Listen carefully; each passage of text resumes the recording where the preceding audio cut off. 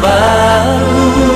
Bukan naik sebab kau menjadikanku, bukan. Shalom saudara-saudaraku yang dikasihi dan diberkati oleh Tuhan. Hari ini kita akan belajar bersama-sama di dalam Injil Matius pasal 18 ayat 15 sampai pada ayat yang ke-20. Yang menjadi ayat kunci dalam pembacaan ini adalah ayat 20. Demikian kata firman Tuhan, sebab di mana 2 atau 3 orang berkumpul dalam namaku, di situ aku ada di tengah-tengah mereka. Sekali lagi saya bacakan ayat ini, katakan, sebab di mana 2 atau 3 orang berkumpul dalam namaku, di situ aku ada di tengah-tengah mereka. Berkumpul artinya persekutuan. Berkumpul artinya kita mau menyembah, kita mau berdoa, kita mau meninggikan Dia, yaitu di dalam namaku.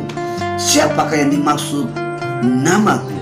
Yaitu nama Yesus Kristus. Adalah nama yang diberikan oleh Bapa, seperti tertulis di dalam surat Paulus kepada jemaat di Filipi pasal 2 ayat 9 sampai pada ayat 11 dikatakan, sebab itulah sebabnya Allah sangat meninggikan Dia dan mengaruniakan kepadanya nama di atas segala nama, supaya dalam nama Yesus bertekuk lutut segala yang ada di langit dan yang ada di bawah bumi dan yang ada di bumi, dan segala lidah mengaku Yesus Kristus adalah Tuhan bagi kemuliaan Allah Bapa. Sekali lagi saya bacakan ayat ini. Itu sebabnya Allah sangat meninggikan Dia dan mengaruniakan kepadanya nama di atas segala nama, supaya dalam nama Yesus bertekuk lutut segala yang ada di langit, yang ada di atas bumi, dan yang ada di bawah bumi, dan segala lidah mengaku Yesus Kristus adalah Tuhan bagi kemuliaan Allah Bapa. Haleluya. Nama Yesus adalah nama dari Bapa, Bapa di sorga. Nama yang bukan dari bumi tetapi dari sorga. Nama adalah nama yang sungguh luar biasa, nama yang tinggi, nama yang berkuasa, dan nama yang sangat luar biasa dari segala nama. Haleluya, haleluya. Saudara-saudaraku yang dikasihi dan diberkati, dan hanya di dalam nama Yesus segala lutut akan bertekuk lutut dan segala lidah akan mengaku bahwa Yesus Kristus adalah Tuhan.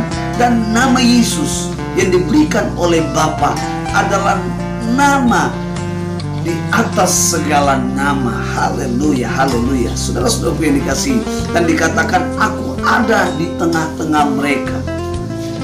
Aku ada di tengah-tengah mereka. Yesus hadir bagi orang percaya dalam seruannya, dalam doanya, dalam penyembahannya, dalam persekutuannya. Yesus ada di tengah-tengah mereka.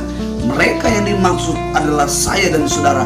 Mereka yang dimaksud adalah orang-orang yang telah percaya dan datang menyembah Dia dan datang bersekutu dengan Dia.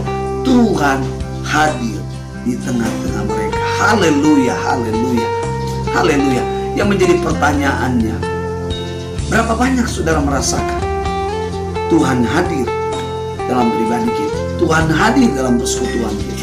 Berapa banyak saudara merasakan bahwa Tuhan tidak hadir dalam kehidupan saudara, dalam persekutuan saudara? Apa yang menyebabkan seseorang tidak merasakan Tuhan hadir dalam hidupnya, dalam persekutuan?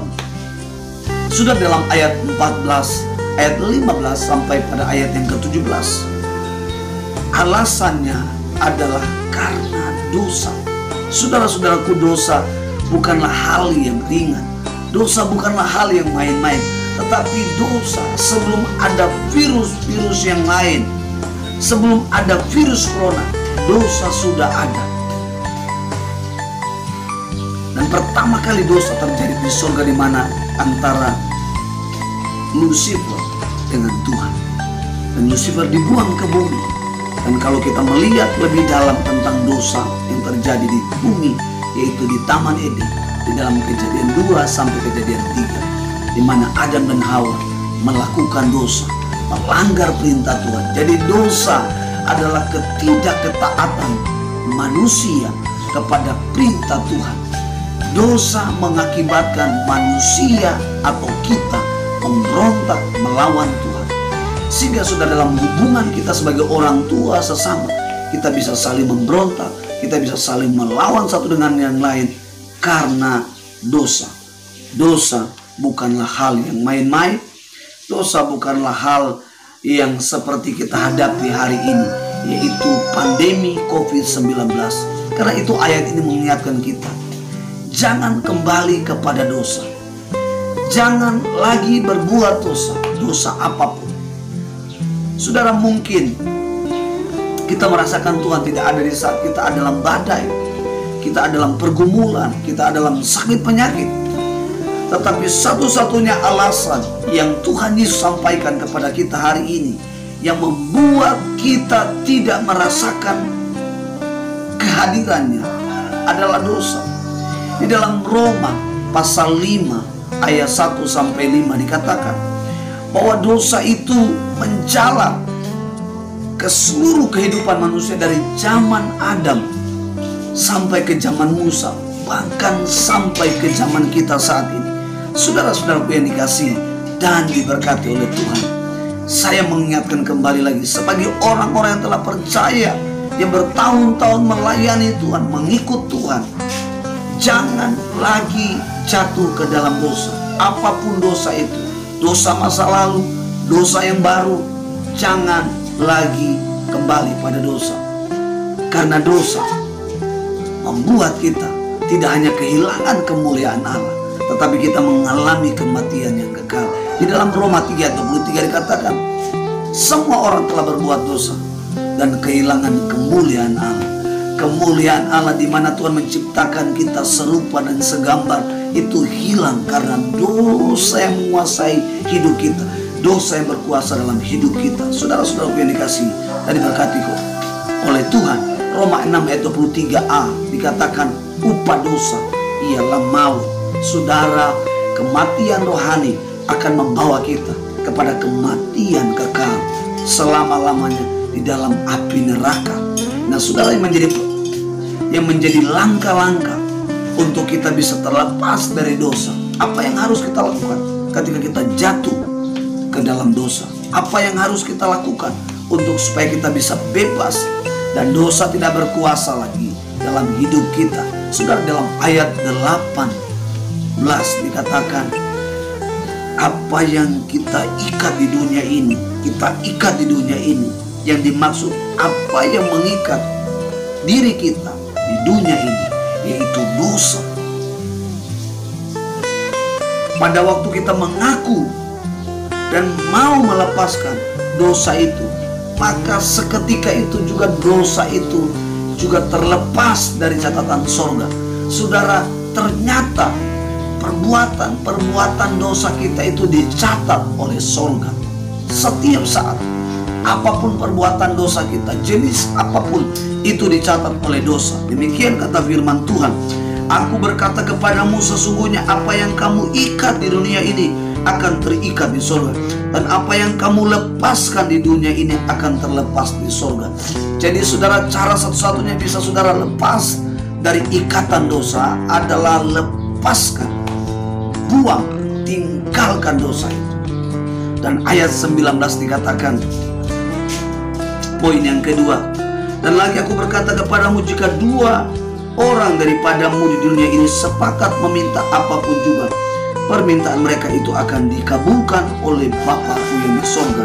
Selain bisa bebas dari dosa adalah melepaskan, sebagai cara satu-satunya untuk kita merdeka dari ikatan dosa, sehingga catatan surga akan dibersihkan tentang perbuatan dosa kita.